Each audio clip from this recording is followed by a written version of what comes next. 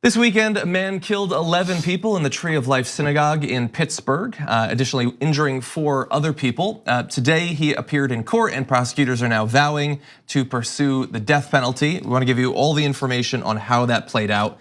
But the numbers, first of all, 11 deaths, believed to be the deadliest on the Jewish community in US history, according to the Anti-Defamation League. That's the sort of news that we get in America. And it'll be news for a couple days, and then we'll move on as a country. But yeah, absolutely horrendous. And when you look at the list of the victims, you are looking at generally grandparents and great grandparents. I believe there was one 97-year-old. A number of people in that list that are Rose Mallinger, 97 years old. Yeah. And was she actually a Holocaust survivor? I think she was here. I think she lived through the Holocaust here, but she obviously was a Holocaust survivor. She was born in 1921. Sure. I mean, had lived through that time. But I think she was I was initially told that she had been a Holocaust survivor, and then it looks like she was, I think, grew up here. So. Yeah, in any event, I mean, most of them, or a good number, have had to live through not just that experience, and then watching in America as we have gradually become more tolerant of Nazism and those sorts of things, and seeing anti-Semitism being normalized in the media and in one political party. And this is where we're at, where we get historic attacks against the Jewish community. To make it clear, if it wasn't clear enough when this guy went in and shot up the synagogue, as he was injured in a shootout with police, they managed to take him alive. It's weird how in some cases they can do that, and others they can't. They have to kill him instantly. They take him to Burger King or Jack in the Box. I forgot which one it was. Exactly, for wherever they Dylan took Dylan Roof. Yeah. Yeah. So they took him, and he said to a SWAT officer when he was taken that he quote wanted all Jews to die, and said he had a reason. It was because Jews were quote committing genocide against his people. So the people who helped spread the white genocide conspiracy theory, some people are apparently listening to that, and they take it seriously. So this guy is obviously, for a host of reasons, has some issues. And the doctor who treated him, or a doctor who treated him, or at least a doctor who went up to him while he was in the hospital, is a member of that congregation and was working in the emergency ward that night. That may be his primary task. And he went up to him and said what he says to everybody who is, how you feeling? And he was groggy and said, but he said he was doing okay. And the doctor said, hey, look, this guy is of limited mental capacity. That seemed clear to me, at least but that's, and I thought right then that might be used as an excuse by some who are looking to separate this from politics. But of course, that's what the kind of rhetoric that we get, that's who that speaks to, right? When you talk about and echo and shout out and continually reiterate conspiracies of, and in fact, very specifically for him, a Jewish conspiracy to smuggle migrants into the country and destroy, in his words, destroy my people. Yeah, and I just want to say that I have been like stricken, and there's no other way to take this or see this than feel stricken when you see mothers and grandmothers and grandfathers murdered in a place of worship, or anywhere, but especially in a place of worship. It is a vulnerable and sacred and important community space. So that's just one. And the second is that when Donald Trump was elected, headstones in Jewish cemeteries were toppled in celebration. So this anti-Semitism we've seen coming. We've heard Tucker Carlson talk about white genocide. We've heard many other Fox contributors talk about Soros, George Soros, right? We've seen over the last 2 years and before the slow validation of Alex Jones-like speak into mainstream Fox and right-wing news outlets. Globalists. Soros, it's all an anti-Semitic sort of code words. There are political cartoons with George Soros's mouth open and a bunch of migrants pouring out of it as if he is orchestrating the refugees and the migrants that are coming up from Central America. All the signs were there, and that's the thing about dog whistling and the thing about and the thing about bigotry. The anti-immigrant bone is connected to the anti-Semitism bone, is connected to the anti-Muslim bone. You don't separate these things out, right? It's like, this is exactly, they know who they're dog whistling to. When you say Mexicans are rapists, it's just a hop, skip, and a jump to say, oh yeah, and the Jews run everything, and they're controlling us. Yeah.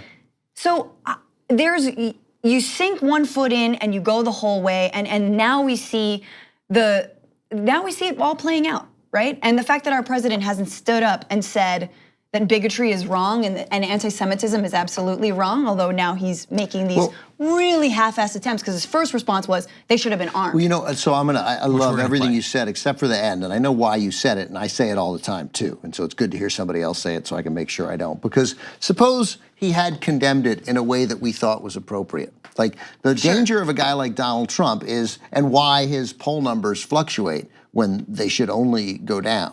Right? No one at any, there were times in the Soviet Union where the bread lines were shorter, right? And then, so it works out, people are like, maybe Stalin's not that bad. Man, I went in, I got bread today, I was out in 5 minutes. We had a good meal, there was butter, it was great. We had we had some milk. What a day, right? So they think he's a monster. Trump's a monster. Yeah. And those opposed to him now at this moment in history should never forget that.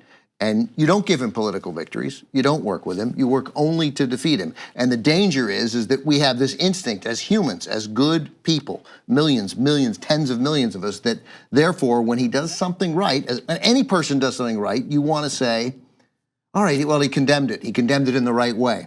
But that just gives him an excuse, which is not, of course, your intent or mine either when I say it, to then go out and continue the dog whistling. Yep. Yeah. So there is no appropriate response. His damage is done and he cannot undo it. Well, if there was, it would look a little bit different than what he's getting, or even I would say different than what people are suggesting. I mean, first of all, I want to say, because we're going to talk about how the numbers have changed, these anti-Semitic attacks. I know some people want to minimize it, but it is a serious problem. And we said when Donald Trump was campaigning that if he gets into office, this will embolden these sorts of people. Victory, having all political power in this country will not be enough for them. They will be sent after specific targets, and that is what we're seeing week after week now. And in very particular ways, this guy on Gab was spreading the conspiracy theories about the caravan being funded by Jewish people in America, which isn't just something that weirdos talk about on social media. Congressman Getz was spreading that on Twitter as well. On Fox News, they were talking about that, trying to make these links. People listen, some of these people are insane. It's on Fox today. Yeah, exactly. And so I don't want to hear him come out and say, hate is wrong. Don't hate people.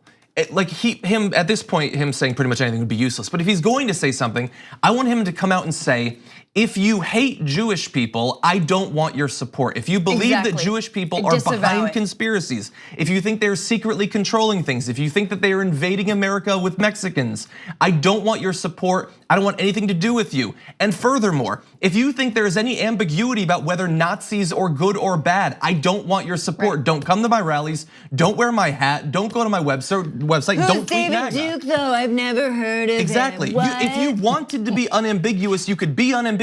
Say that African Americans are every bit as American and patriotic as us. Don't attack them at my rallies. Don't be shouting racial slurs at them. The media is a fundamentally important part of America. We would be far worse off and probably would not still have democracy if not for them. So do not say that CNN sucks. Don't go after specific journalists. If you have any inclination whatsoever to send a bomb to CNN, never ever associate yourself with me or my party again. We do not want you. Ambiguity is easy.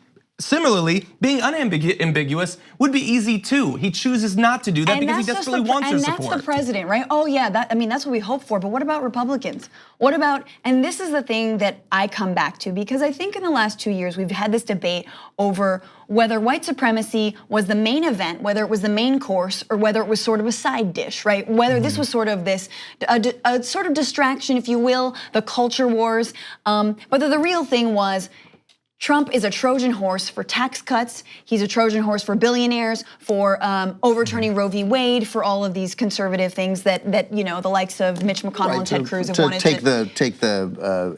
to let capitalism run free. Exactly. Right. And in fact, while of course he is a Trojan horse for the capitalist billionaires to do whatever they want with working people, I do think that white supremacy is the main event here. And it can't, nor Republicans, nor Democrats or progressives should treat white supremacy as no, it's just his way to sort of throw a bone. Because that bone is getting people killed. Yeah. And the midterms is about voting against and voting out white supremacy. On Old School last week, Cenk brought up Hitler. Again, I always hate saying it because Oh, that guy. You're always bringing up Hitler. yeah, not Adolf Hitler, Vic Hitler. That was a character on Hill Street Blues. He was a narcoleptic comic named Vic Hitler. So, and it was only in the point of that the early coverage of Hitler, and there's a great 1922 New York Times piece on Hitler, and it's not the only piece like this of people saying, yeah, the anti-Semitic, he's whipping up. It's just a distraction, right? I mean, they were saying it then that yeah, it's awful and it didn't sound good, but he has tapped into something valuable, and a lot of experts saying, I wouldn't worry too much about that. This is an effort to sort of get the people on his side. So He's that a he can, socialist. right, so that he can sort of, enact the vital and necessary social changes that he thinks Germany needs. So that's to your point that it as it turned out, it was the main show. Yeah. It wasn't mostly about taxes? It wasn't, No, it wasn't mostly about getting Krupps to build tanks. Yeah. On the go? Don't worry, we got you covered. You can still listen to TYT at our new podcast network. Find us on Apple Podcasts, the Google Play Store, or at tyt.com/podcast.